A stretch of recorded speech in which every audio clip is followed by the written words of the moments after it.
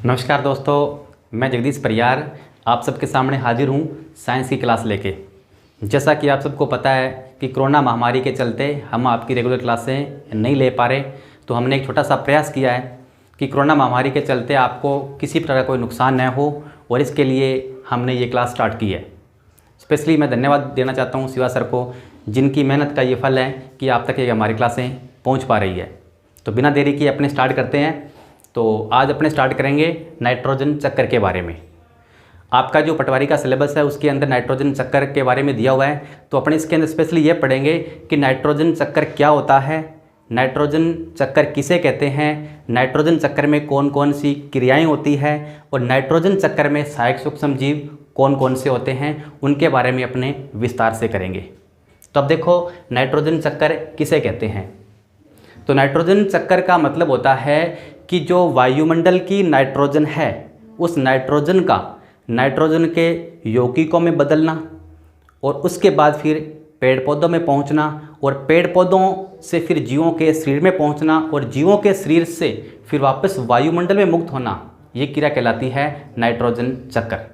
अब नाइट्रोजन चक्कर करने से पहले हमें पता होना चाहिए कि नाइट्रोजन क्या चीज़ होती है। अब तो अपने इससे पहले करेंगे नाइट्रोजन के बारे में।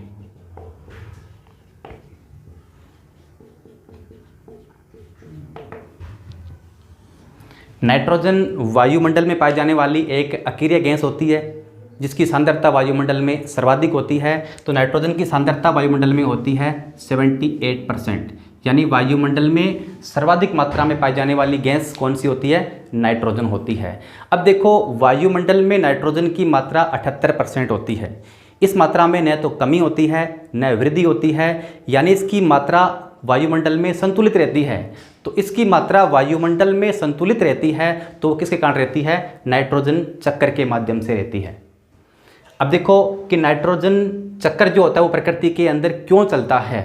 तो नाइट्रोजन चक्कर प्रकृति के अंदर नाइट्रोजन की मात्रा को संतुलित रखने के लिए चलता है।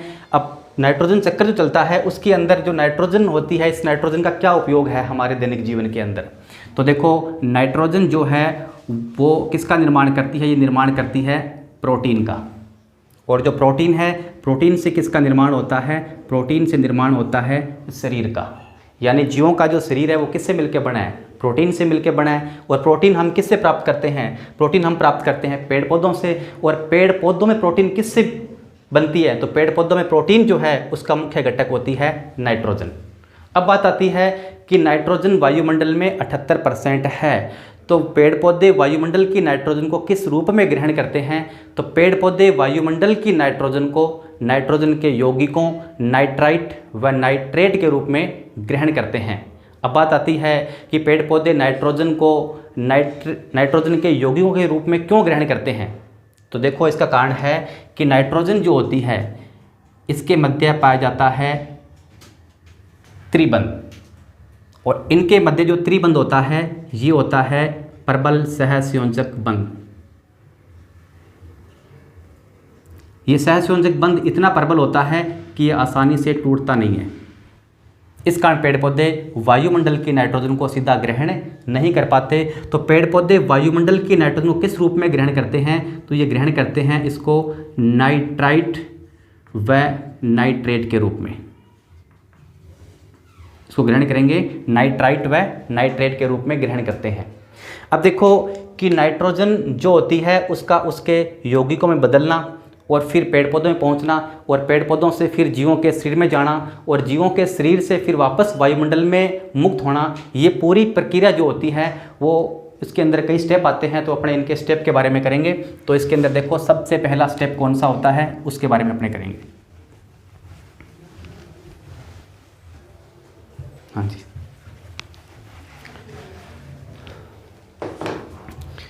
अब देखो नाइट्रोजन चक्कर जो होती है उसके अंदर सबसे पहला जो स्टेप है वो कौन सा है, तो वो होगा इसके अंदर नाइट्रोजन स्थिरीकरण। इसे अपने कहते हैं नाइट्रोजन स्थिरीकरण।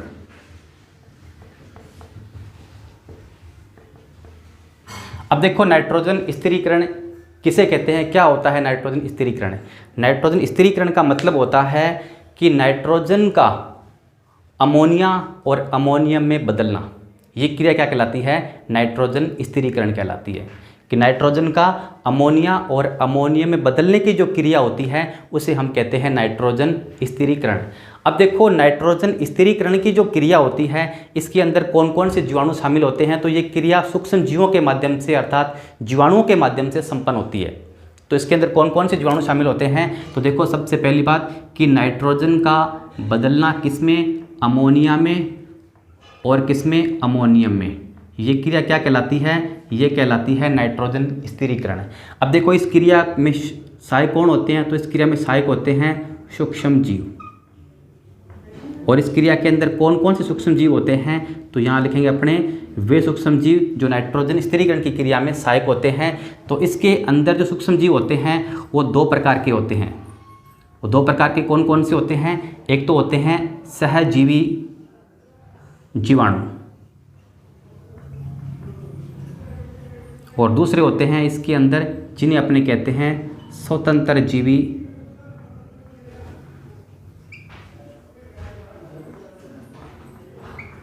जीवाणु।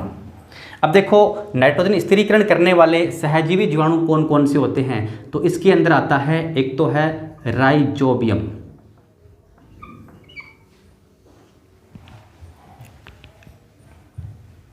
और दूसरा आता है इसके अंदर जिसे अपने कहते हैं फ्रैंकिया। तो नाइट्रोजन स्थिरीकरण करने वाले जीवाणु दो प्रकार के होते हैं, सहजीवी जीवाणु और दूसरे होते हैं स्वतंत्र जीवी जीवाणु।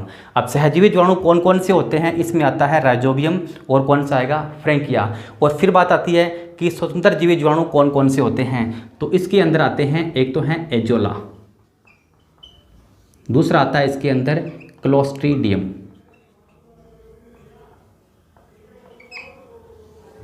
अब देखो, सहजीवी जीवाणु कौन से होते हैं और स्वतंत्र जीवी जीवाणु कौन से होते हैं?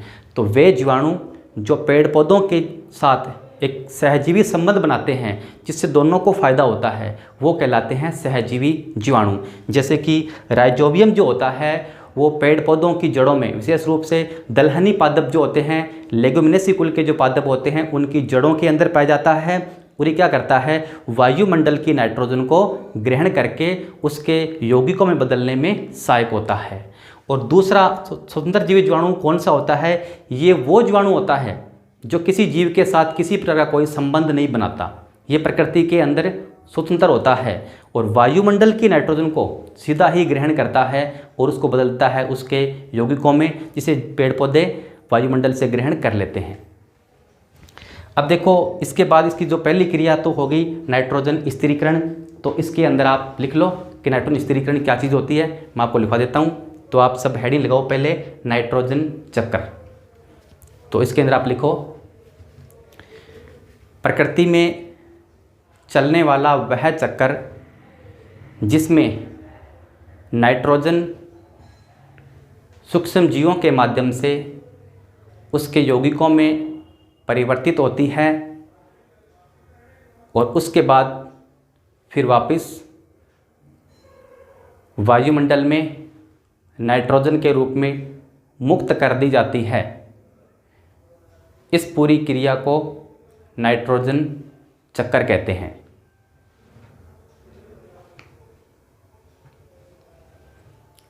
अब इसके बाद लिखो, नाइट्रोजन चक्कर के दौरान निम्न चरण संपन्न होते हैं।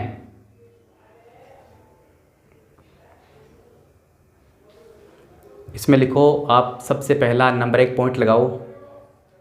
इसमें आप लिखो नाइट्रोजन स्थिरीकरण।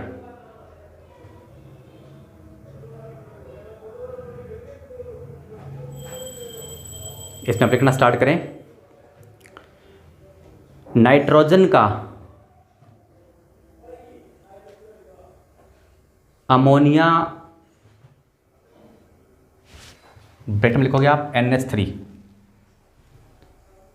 व अमोनियम, ब्रैकेट में लिखो NH4 में बदलना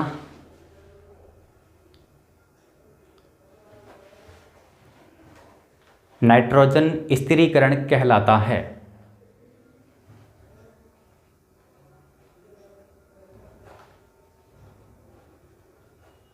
एक बार रिपीट कर रहा हूं, वायुमंडलीय नाइट्रोजन का अमोनिया व अमोनियम में बदलना नाइट्रोजन स्थिरीकरण कहलाता है।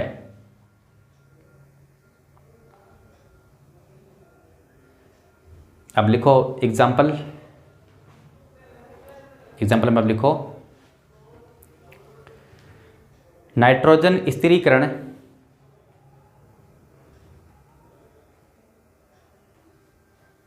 दो प्रकार के जीवाणुओं के द्वारा संपन्न होती है।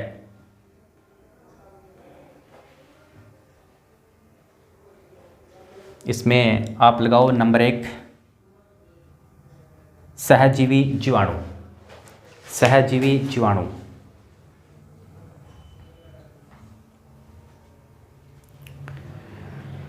इसमें लिखना स्टार्ट करो, वे जीवाणु जो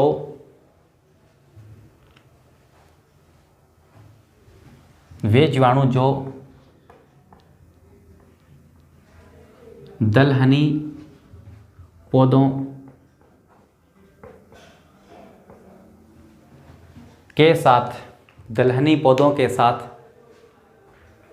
सहजीवी संबंध बनाते हैं।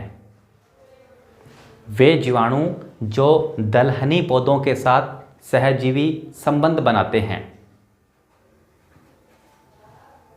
इसमें लिखो एग्जाम्पल, राइजोबियम।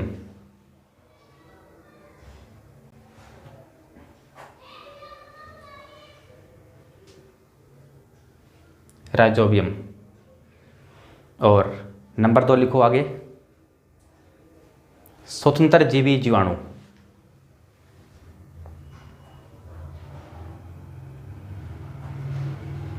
इसमें लिखो, वे जीवाणु जो किसी जीव के साथ किसी प्रकार का सहजीवी संबंध नहीं बनाते।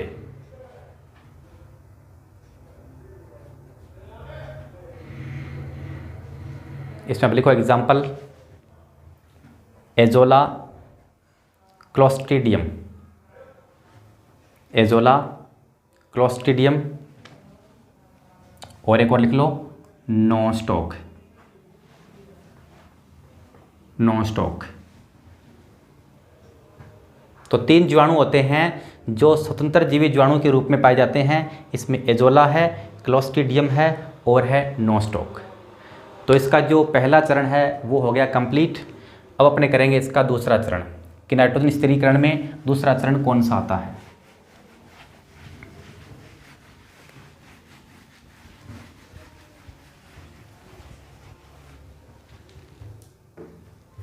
तो इसके अंदर जो दूसरा चरण है वो कहलाता है नाइट्रीकरण।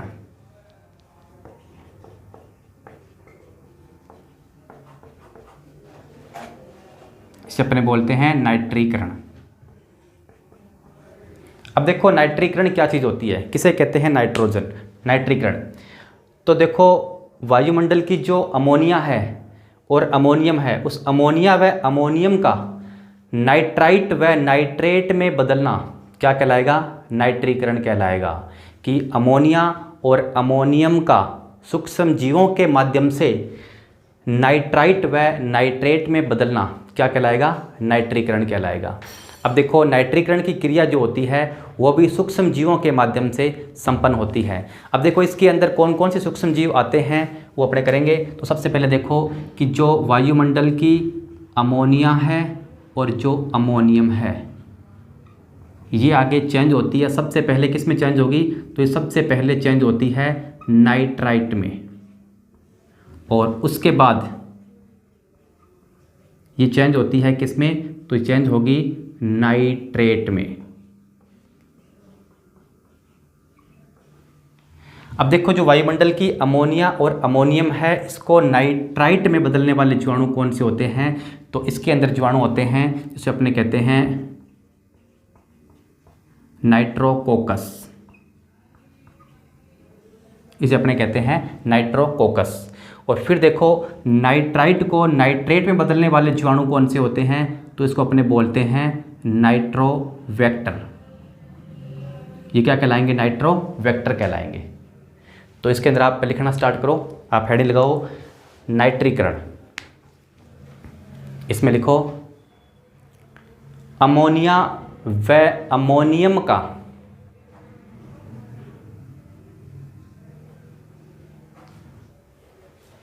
नाइट्राइट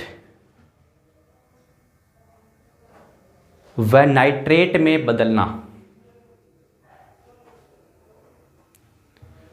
नाइट्रीकरण कहलाता है।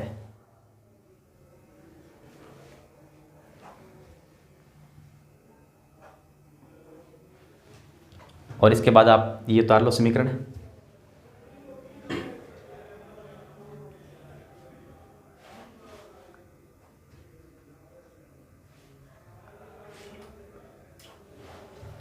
और आगे आप लिखो एग्जाम्पल में लिखो आप सबसे पहले नाइट्रोकोकस,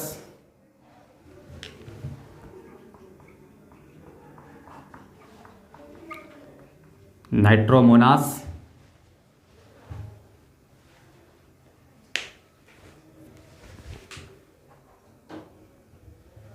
और नाइट्रोवेक्टर।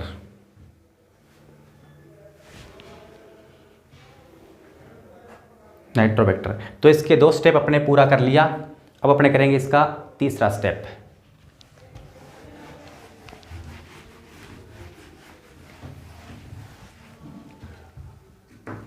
तो इसका जो तीसरा स्टेप होगा, इस तीसरे स्टेप को अपने कहते हैं स्वांगीकरण,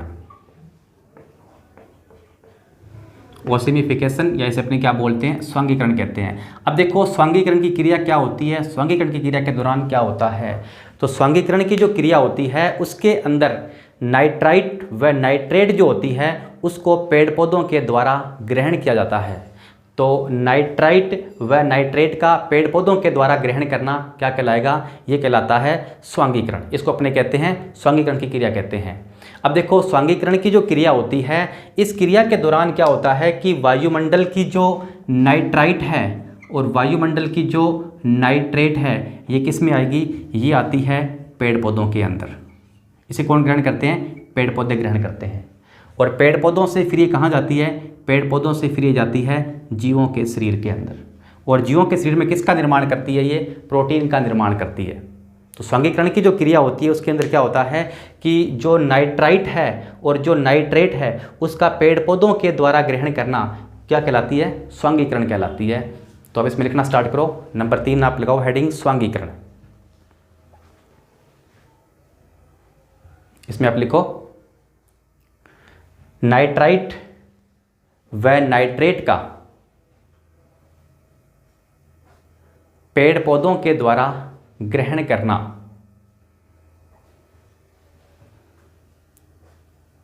स्वांगीकरण कहलाता है।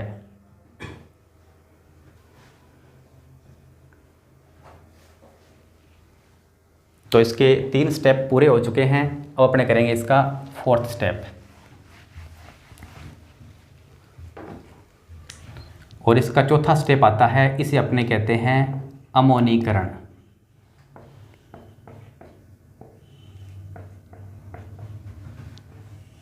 अब देखो अमोनीकरण की क्रिया के अंदर क्या होता है।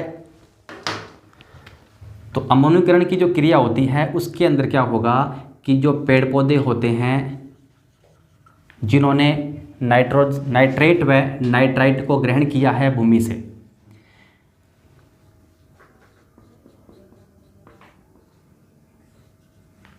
तो ये नाइट्रेट व नाइट्राइट कहाँ आ गई, पेड़ पौधों के अंदर आ गई।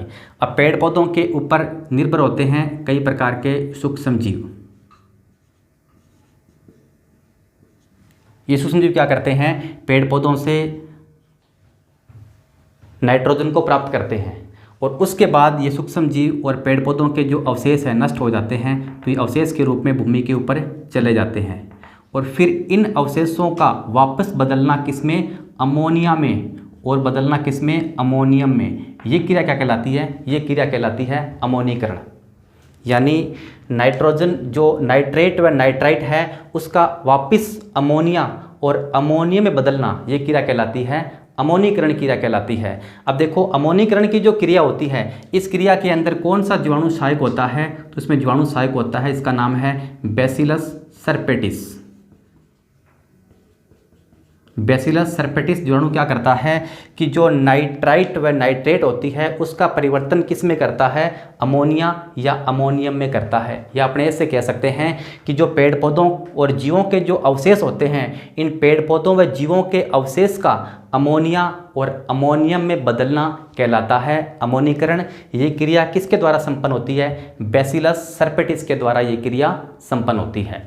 तो आप लिखना स्टार्ट करो नंबर 4 पॉइंट में, इसे कहते हैं अमोनीकरण। इसमें लिखो जीवों व पेड़ पौधों के अवशेषों का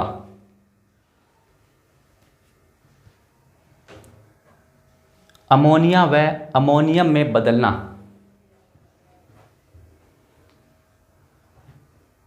अमोनीकरण कहलाता है। अमोनीकरण कहलाता है। फिर लिखो आप एग्जाम्पल, बैसिलस सर्पेटिस।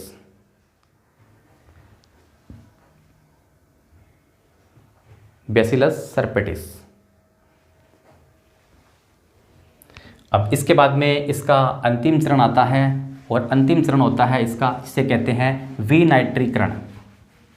तो अपने इसका 5वां चरण करेंगे, विनाइट्रीकरण।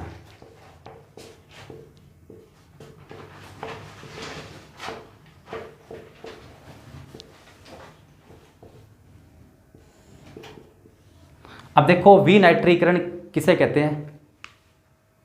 विनाइट्रीकरण का मतलब होता है कि जो नाइट्राइट और जो नाइट्रेट होती है, उस नाइट्राइट व नाइट्रेट का वापस नाइट्रोजन में बदलना क्या कहलाएगा, विनाइट्रीकरण कहलाएगा। यानी जो विनाइट्रीकरण की जो क्रिया होती है उसमें क्या होता है कि वायुमंडल की जो नाइट्राइट है और जो नाइट्रेट है ये वापस किस में चेंज हो रही है, ये चेंज हो रही है नाइट्रोजन में। इस क्रिया को अपने क्या कहते हैं, विनाइट्रीकरण कहते हैं। अब देखो जो विनाइट्रीकरण की क्रिया होती है उसमें कौन सा जीवाणु सहायक होता है, तो इसमें जीवाणु सहायक होता है स्यूडोमोनास। स्यूडोमोनास जीवाणु क्या करता है कि जो नाइट्राइट और नाइट्रेट है उसका परिवर्तन किस में करेगा, नाइट्रोजन में करेगा, जिसे अपने कहते हैं विनाइट्रीकरण। विनाइट्रीकरण की क्रिया के द्वारा जो नाइट्रोजन के यौगिक हैं वो वापस किस में चेंज हो रहे हैं, वो चेंज हो रहे हैं नाइट्रोजन में। तो अब लिखना स्टार्ट करो विनाइट्रीकरण में। इसमें आप लिखो नाइट्राइट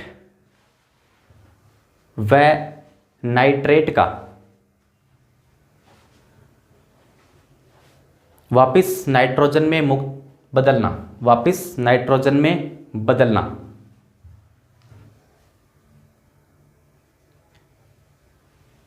विनाइट्रीकरण कहलाता है।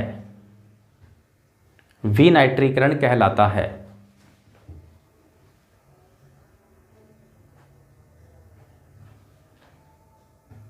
एग्जाम्पल लिखो स्यूडोमोनास, हम लिख दो स्यूडोमोनास। तो ये 5 चरण थे नाइट्रोजन चक्र के अंदर। अब अपने क्या करेंगे, इसका एक छोटा सा रेखा चित्र बनाएंगे और रेखा चित्र के द्वारा अपने इन सभी चरणों को एक बार और करेंगे।